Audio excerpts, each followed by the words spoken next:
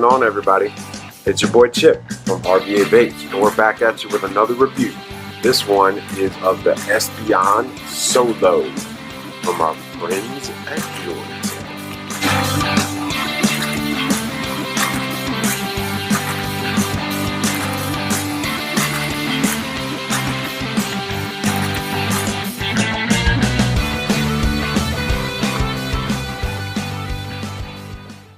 Today we're talking about the Espion Solo from our friends at Joyetech. And this one's a sample they sent to us with a 21700 milliamp hour battery. So let's check it out. We got this nice pink or salmon flavor right here. And you've got, your manuals. This one's for the tank, the PreOrder.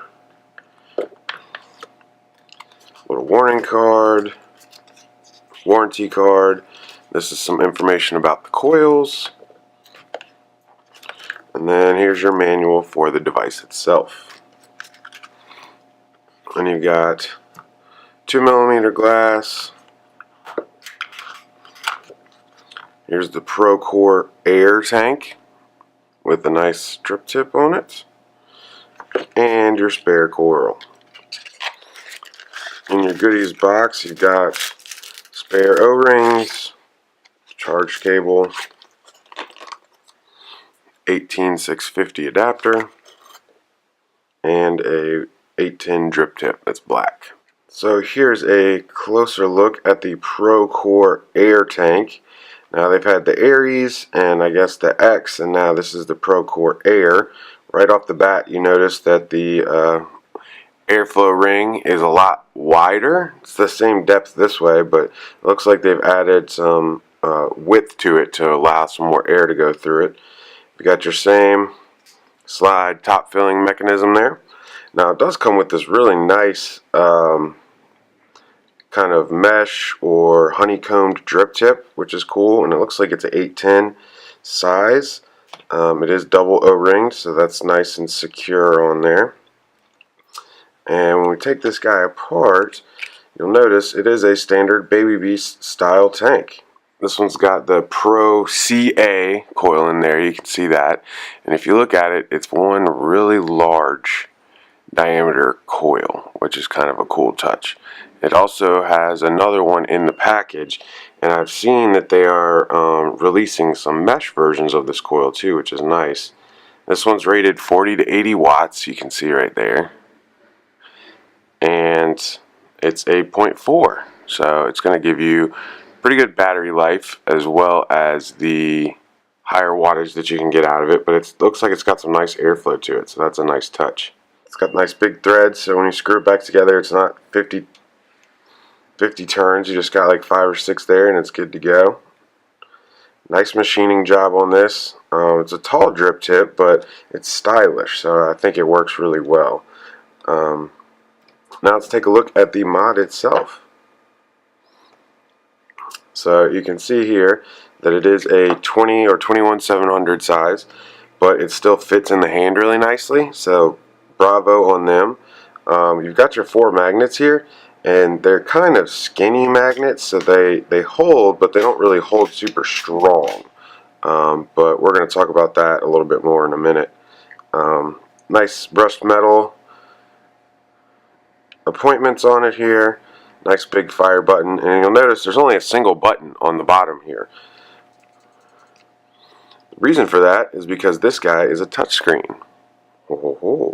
So to unlock, you push the bottom button here, and then you've got your menu. So you can tap these guys over here, but I find it much easier to tap these big up and down buttons that they've got marked for you here. Those seem to work a lot better.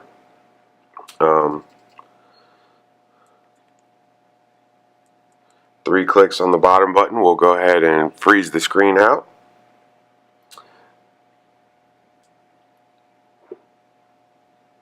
Long press, and that switches to your different modes. So there's your clock mode right there. It's definitely not Monday. There is your temperature mode, unfortunately it doesn't tell me what material the temperature is for, so that's kind of a bummer. Back to your wattage mode. So it looks like we've got wattage,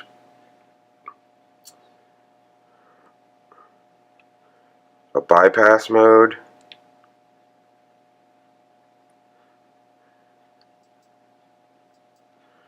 a clock, and then your temperature modes. I'm guessing this is nickel, probably titanium,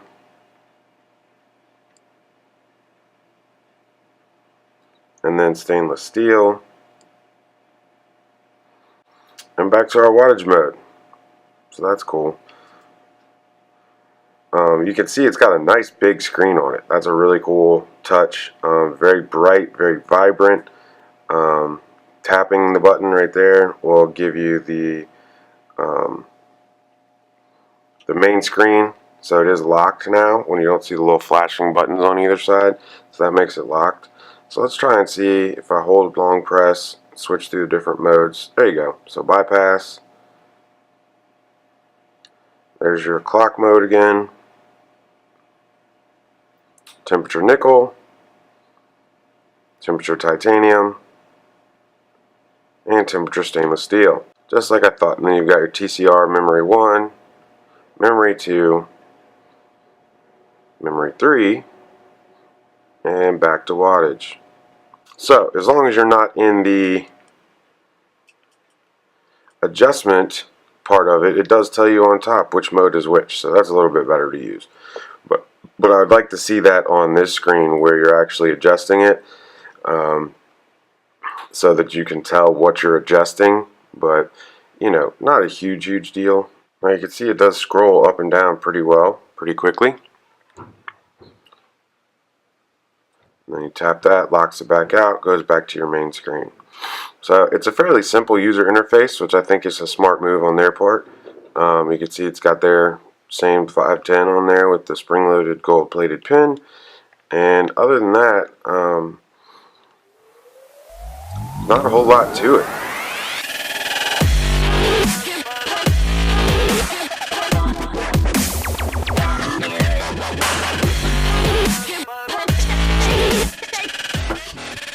Alright guys, so we've had a close-up look at the Espion Solo now, and we're going to pull back a little bit, talk about it, have a vape, and see what we think. So first of all, I know you guys are all wondering, size comparison. It's a 21700. How does it stack up? So this is the AsVape Strider, another 80 watt, but this is a 26650 compatible, and you can see it's substantially shorter as well as substantially thinner. Now it's got a nice in the hand feel. You can see comparison wise that it's definitely smaller. This guy reminds me a lot of the Evic size wise. You can see how it just hides in my palm there. And even having the touch screen on it, it's great size wise. The build construction is nice. It's got the metal casing, the nice stainless steel appointments. The tank matches it perfectly. I like this white drip tip on this one. It just gives a kind of a classy look to it. Now, as far as the measurements go, in the 4.5 mil version, which we've got right here, you're looking at 132.5 millimeters from the top of the drip tip to the base. You got 39.5 millimeters this way, and then it's 25.5 across here. So you can see that 25 millimeter tank fits on there. Very nice.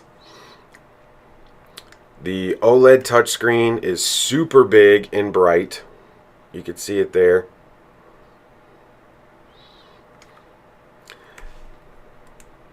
Now, one of the things that I learned after I looked at this is that once you're in this mode, if you swipe it, you can see that it changes to your different menu settings, and that's how you can set your clock and your different modes if you want to roll through them that way. And swiping it left or swiping it right,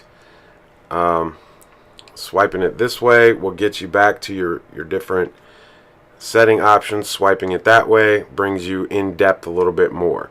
So swipe right if you want to go back, swipe left if you want to go in, or you can just tap your different settings there. Now it's also got a ability to switch the amp limit, the time, and the puff counter on the screen there. You've got a preheat function, which you can set up for power. You can set up for the duration, and that gives you how long you want it set up for. And scrolling up or down gives you the ability to access all the hidden menu options. So I was able to find that out for you, and that's a cool thing to know, because I was a little frustrated on the up close trying to find all that good stuff. But it's definitely there. You just gotta, once you get the screen unlocked, you just swipe to the left, and there you go. So very well designed user interface on the touchscreen for sure. You know, they're really proud of this single button lock right here that they've got. So when you tap that, it automatically unlocks it, and then tapping the fire button locks it back in. That's super cool. We talked about the compatibility with the battery sleeve. You can run 18650s. It is a 80 watt max. One of the things I would like to see is a firmware upgrade that'll give you that extra, you know, 10 to 20 watts. A lot of them are running 100, but I'm not sure that this is the device you want to use if you're pushing above 70 or 80 watts just from a battery life standpoint. But most of your 21700 devices out there do have that 100 watts, so I think they'll address that in the firmware upgrade, so I'm not super worried about that. Now they're calling this the limited edition 10th anniversary. I'm not exactly sure what that means, but I do know that they're very likely to introduce new colors to this. I'm going to throw up the 4 colors that they have right meow.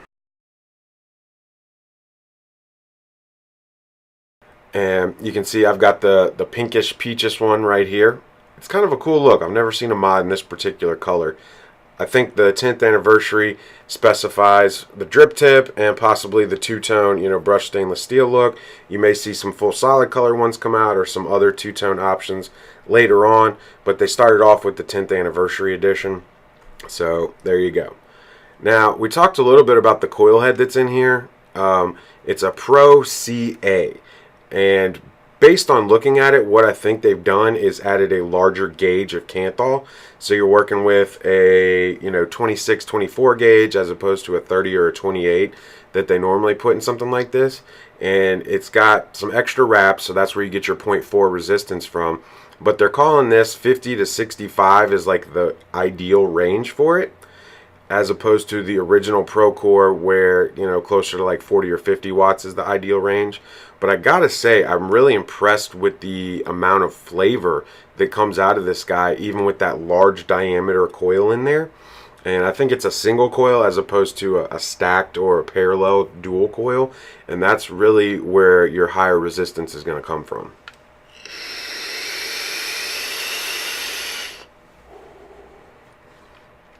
But this PreOrder Air tank definitely lives up to its name. As you can see, I've got it kind of turned down about 1/3 of the way, give or take. I've tried it about halfway closed.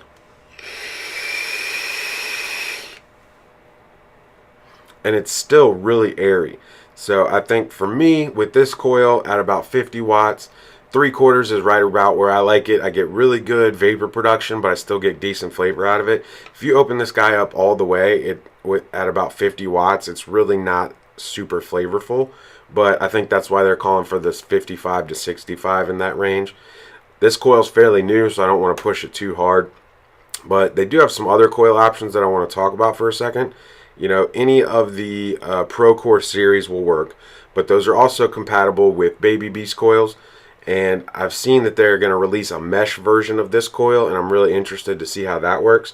I may throw one of the Baby Beast meshes in here when this one's burnt out and see what the difference is comparatively, because the mesh coils have a really large center diameter as well, but with the resistance being so much lower, I'm wondering if this coil is going to perform anywhere in the same ballpark as the mesh, because I feel like with this Pro CA coil, they're shooting for kind of a mesh type of feel with the higher wattage that you're able to run, but having a higher resistance is going to give you a lot better battery life. So I'm going to test that out, and if there's a major difference, I'll post an update to this video. But for the time being, I think it's probably going to be, this one's going to have better battery life, but the mesh is probably going to be a little bit better flavor-wise. But they also offer the ProCore C1, which is your standard ProCore. Then you've got the ProCore 2, which is like your X4 style, where you've got the 2 coils kind of in double barrel configuration. The ProCore 3 is got your triple situation, kind of like the T6s. And then the ProCore C4 is your 4 coil stagger that you see on like a T8 style coil. Now they've also got a mouth-to-lung version that they're talking about, and it's basically got a spacer on the outside with a smaller diameter coil on the inside. Now this one's a 0.25, and it's a mouth-to-lung option, if you will, but it's rated to 55 watts. They're saying it's best between 30 and 40, so if you're definitely looking to maximize the flavor and the battery life, I would definitely check out the C1S. That's the mouth-to-lung version. Now, let's talk about this battery cover for a second here. So, you can see it's got 4 different points of magnetism. I don't know what the proper term is for that. But by looking at the actual battery door itself, it's fairly thin. So for them to be able to fit those magnets in there is kind of interesting. It's an interesting choice, because the thickness of those magnets, I don't think really allow it to do what it's supposed to do. As you can see, the top part definitely comes off a lot easier than the bottom does. So I feel like the slivers that they're using for the magnets right there are not quite enough. I mean, it doesn't really come off, but it just feels a little, I don't know, something's not right there. It feels like it comes off way too easy for me personally. But you know, that's just kind of a nitpicky thing. It doesn't like fall off or anything, so I don't think it's necessarily a huge deal, but it is a little bit troublesome in my opinion. You know, the ProCore Air tank is the next generation. I think this is like the 4th generation of the ProCore tank. I know they had the ProCore Aries, the ProCore X, the original ProCore, I'm sure, and now they've got the ProCore Air. But out of all of them that I've tried, I feel like I like this one the best. It's got the nicest kind of styling to it. The drip tip definitely adds to the value. And the airflow, I think they finally got dialed in perfectly. This tank can really push, 70 watts or more if you've got the right coil in there. And the airflow is more than sufficient. The other thing about the tank that I really like, aside from obviously that slide top fill, super cool feature, is the threading on the base itself and on the chimney. They've made bigger threads on there, so you don't have to turn it nearly as many times, and it's just a lot more convenient. You're talking, 2 or 3 turns as opposed to like a Baby Beast or, a Geek Vape Aero tank where you're turning it 8 or 10 times or so. With this one, it's like 3 or 4 turns maximum, and it's completely loose. I really like the larger threading pattern that they're using because it's much more efficient to be able to take it apart and put it back together. So kudos for that. Obviously, this is a 21700 device. I believe you can use 2700s, but the 21700 to me is the better of the 2 options. They have added the 2 amp quick charge here, so they're saying that you can charge it through here. It's a 2 amp rapid charge, and then once it's full, it drops down to the 0.5 trickle charge, if you will. So you're not going to be able to overcharge it. It is a true bypass, so if you wanted to get this guy and use it in the car or while you're driving around or whatever, it's definitely a good option for that. And of course, it's got all of your onboard reverse polarity protection, so if you put the battery in backwards, it's not going to mess anything up. It's got the dual circuit protection for redundancy, and of course Joyetech has one of the best upgradable firmware suites, and we talked about that a little bit earlier. It is a charge and data cable that they give you, so that's a cool thing. It allows you to update the firmware through there as well as get that quick 2 amp charge, so it's going to charge your 21700 batteries very rapidly. Now, let's talk about the performance of this guy.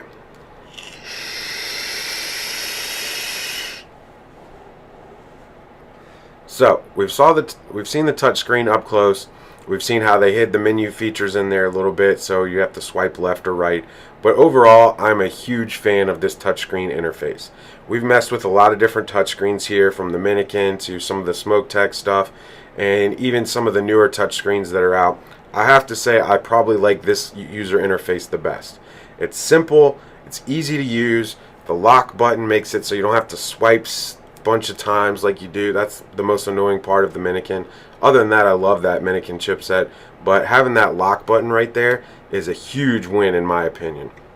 Then you can swipe over to get there, swipe back to get to your regular menu setting, and your up and down buttons work phenomenally. The long press on there to switch through your different temperature configurations is awesome, and the single click lock really does this user interface wonders in my opinion. So the chipset itself, this chipset is probably similar to the previous generations. Joyetech has always had a solid chipset. I'm not going to say it's one of my favorite because it is known to be a little bit high as far as what it's putting out, anywhere from like a half volt to a tenth of a volt, give or take. But I would much rather have it overproduced than underproduced, because that's going to allow me to run it a little bit lower than I normally would and still get the same amount of vape production and flavor. The chipset ramps up really quickly. It doesn't seem to be glitchy or have any kind of bugs to it. It's got all of the features you could possibly want. It's got ramp ups, it's got all of your temperature control stuff, and it's got a bypass mode.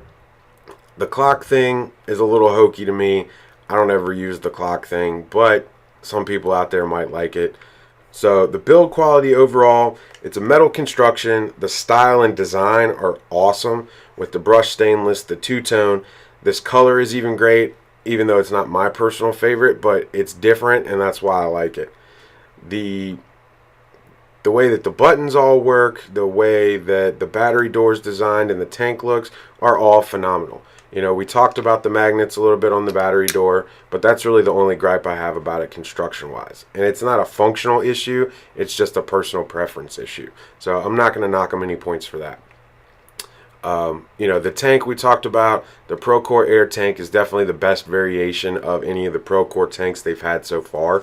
And this one is right up there, if not maybe a little bit better than the Baby Beast, because I do prefer the slide style to the swinging door, even though the new Baby Beasts have, and the new smoke tanks have the clip there that locks it in. I like that slide style a little bit better. It just feels better designed, and I don't have issues with it moving when I don't want it to move.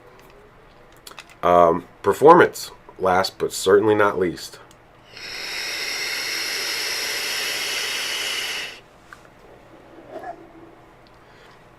As you can see, this thing is no slouch. I did bump it up, you can see there, to 55 watts, and that's at the bottom of the best rating for this guy, but the flavor's definitely improved. You know, the tank's got tons of airflow, and it ramps up quickly. The user interface on the chip works great. And the last thing I want to touch on is the 21700 size.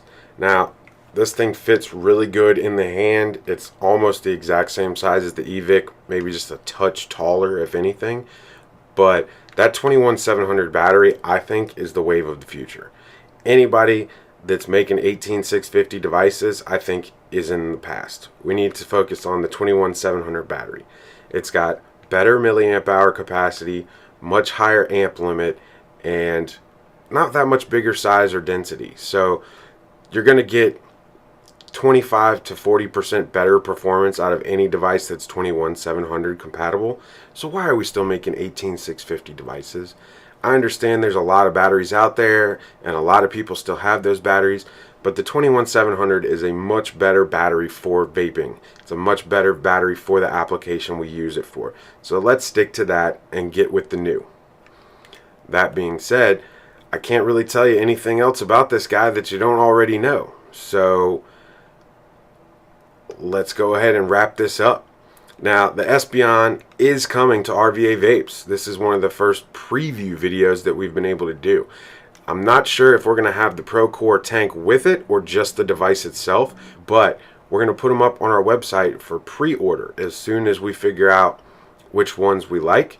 and you'll be able to get them for 20% off. So put in the code SOLO20, and that's going to be able to get you 20% off your pre-order for the Espion Solo.